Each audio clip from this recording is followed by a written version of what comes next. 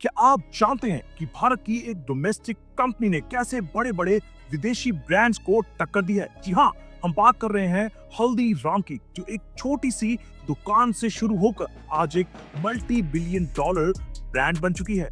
हल्दीराम की कहानी हर भारतीय को जाननी चाहिए, क्योंकि इसमें मेहनत, संघर्ष और निरंतर इनोवेशन की मिसाल है। तो चलिए जानते हैं हल्दीराम के इस शानदार सफर के बारे में। हल्दीराम की शुरुआत 1937 में बीकानेर, राजस्थान से हुई थी। गंगा बिशन अग्रवाल, जिन्हें प्यार से हल्दीराम कहा जाता था, ने अपने दादाजी की छोटी सी भुजिया की दुकान को संभालने का फैसला लिया। उस समय भुजिया एक लोकप्रिय स्नैक था, पर हल्दीराम का सपना था इसे कुछ नया और अलग बनाना।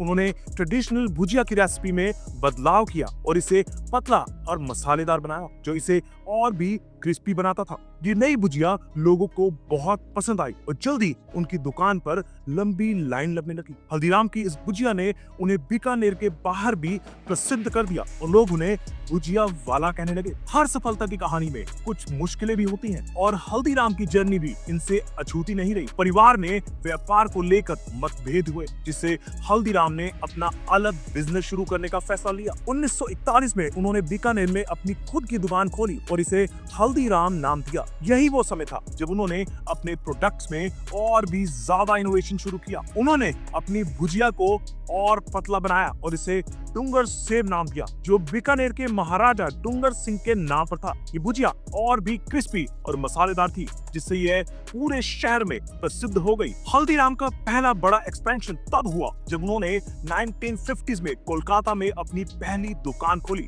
कोलकाता के बाजार में उनकी भुजिया को बहुत सराहा गया और उनका व्यापार तेज रफ्तार पकड़ने लगा। उनके बेटों शिव कुमार और मनोहर लाल ने कोलकाता में दुकान संभाली और इसे नए ऊंचाइयों पर पहुंचाया। उन्होंने कोलकाता में सिर्फ भुजिया ही नहीं, बल्कि मिठाइयों और अन्य नमकीन प्रोडक्ट्स की भी शुरुआत की, जिससे हल्दीराम एक कॉम्प्रिहेंसिव फूड ब्रांड बन गया। 1970 में हल्दीराम ने नागपुर में अपना पहला बड़ा स्टोर खोला। ये स्टोर उनके लिए एक माइलस्टोन साबित हुआ, क्योंकि यहाँ से उनका व्यापार और भी तेज रफ्तार से बढ़ने लगा। नागपुर में उन्होंने एक मैन्युफैक्चरिंग प्लांट भी सेटअप किया, जिससे उनकी प्रोडक्शन कैपेसिटी में भारी वृद्धि हुई। उसके बाद 1982 में उन्होंने दिल्ली में भी अपनी उपस्थिति दर्ज कराई। दिल्ली में हल्दीराम की उपस्थिति ने उन्हें उत्तर भारत के बाजार में एक मजबूत पहचान दिलाई और धीरे धीरे उनके प्रोडक्ट्स पूरे भारत में बिकने लगे। 1990 के दौरान जब भारत में लिबरलाइजेशन और ग्लोबलाइजेशन हुआ, तो हल्दीराम ने इसका पूरा फायदा उठाया।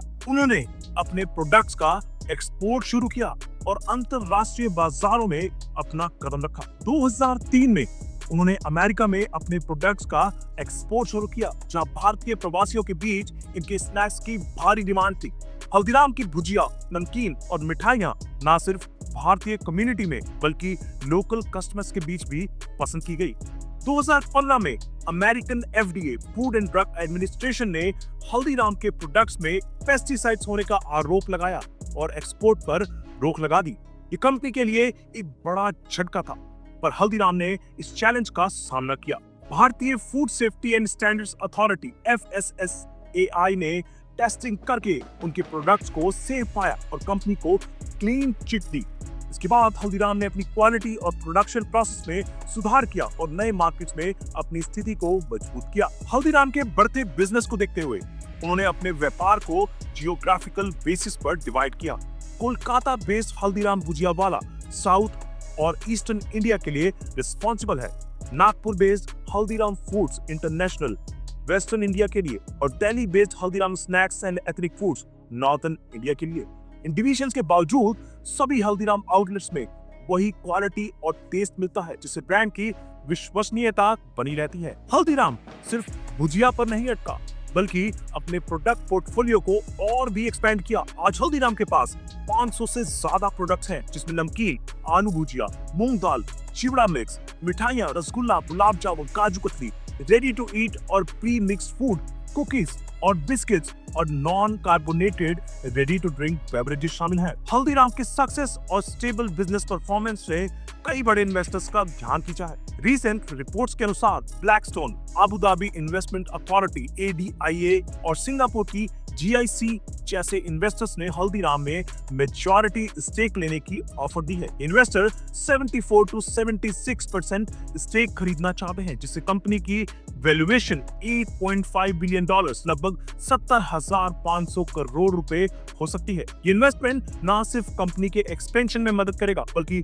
हल्दीराम को ग्लोबल लेवल पर एक स्ट्रॉन्ग ब्रांड बनाने में भी सहायक होगा। हल्दीराम की मार्केटिंग स्ट्रेटेजी भी बहुत इफेक्टिव रही है। उन्होंने ब्रांड एम्बेसडर्स के बजाय अपने प्रोडक्ट्स की क्वालिटी और डाइवर्सिटी पर फोकस किया है।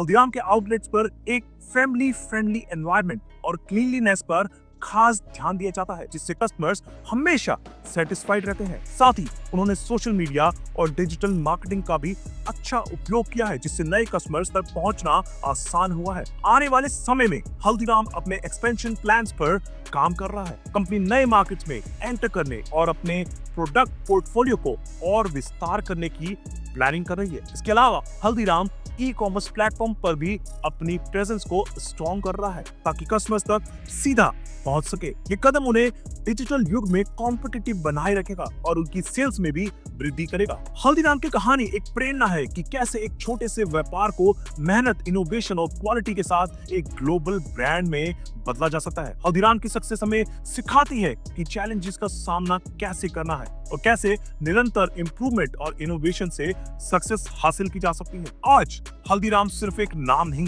बल्कि विश्वास का प्रतीक बन चुका है। आपको ये जानकर हैरानी होगी कि हल्दीराम के प्रोडक्ट्स का एनुअल कंजप्शन 3.8 बिलियन लीटर दूध, 80 करोड़ किलोग्राम मक्खन और 62 करोड़ किलोग्राम आलू है। इन नंबर से हल्दीराम की पॉपुलैरिटी और डिमांड का अंदाजा लगाया जा सकता है। ये कहानी उन सभी एंटरप्रेन्योर्स के लिए एक प्रेरणा है जो अपने सपनों को सच करना चाहते हैं। हल्दीराम ने दिखाया है कि अगर मेहनत, समर्पण और इनोवेशन हो तो कोई भी व्यापार एक विश्वव्यापी ब्रांड बन सकता है।